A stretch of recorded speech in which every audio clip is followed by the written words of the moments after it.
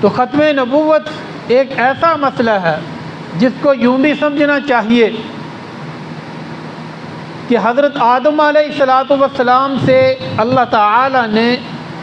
نبوت اور رسالت کے اس سلسلے کو شروع فرمایا۔ نبی آتے رہے،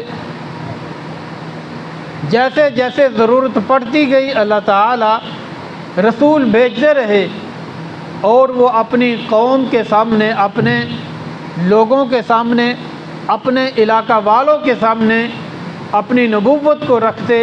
اپنی رسالت کو رکھتے، اپنی شریعت کو رکھتے۔ یہ سلسلہ شروع ہوا، اور شروع ہو کر ہزاروں کی تعداد میں اللہ تعالیٰ نے نبی بھیجے۔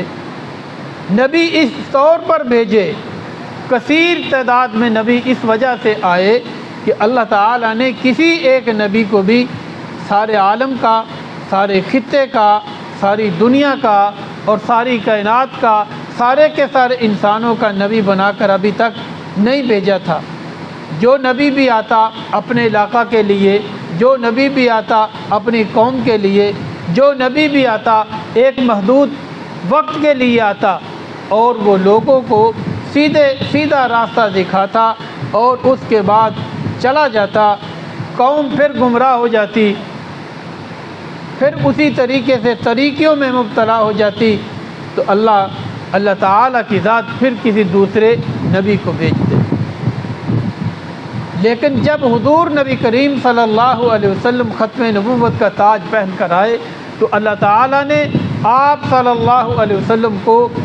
سارے لوگوں کا نبی بنا کر بھیجا، ساری کائنات کا نبی بنا کے بھیجا، ساری دنیا کا نبی بنا کے بھیجا، پورے کے پورے عالم کا نبی بنا کے بھیجا، عالم عرب کا نبی بنا کے بھیجا، عالم عجم کا نبی بنا کے بھیجا، مشرق مغرب شمال جنوب کا نبی بنا کے بھیجا، اوپر رہنے والوں کا نبی بنا کے بھیجا، نیچے بسنے والوں کا نبی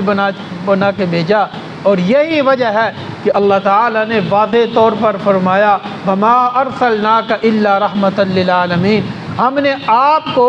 سارے جہانوں کے لیے رحمت بنا کے بھیجا۔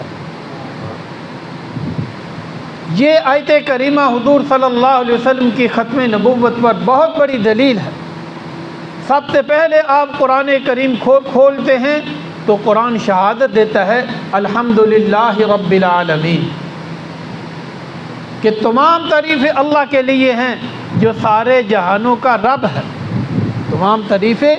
اللہ کے لیے ہیں جو سارے جہانوں کا رب ہے۔ جب اللہ سارے جہانوں کا رب ہے تو اللہ نے حضور صلی اللہ علیہ وسلم کے لیے فرمایا وَمَا أَرْسَلْنَاكَ إِلَّا رَحْمَةً لِّلْعَالَمِينَ، کہ نبی سارے جہانوں کے لیے رحمت ہے۔ اور نبی اتنی بڑی رحمت لے کے آیا ہے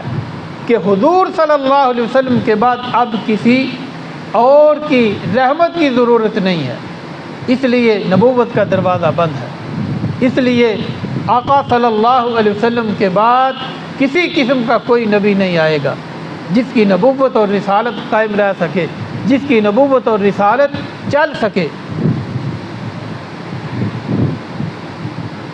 تو میرے عرض کرنے کا مقصد یہ ہے کہ اللہ نے آپ صلی اللہ علیہ وسلم کو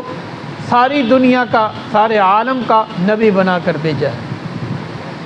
اور اس کی بڑی بڑی شہادتیں، بڑی بڑی دلیلیں ہیں۔ آپ جانتے ہیں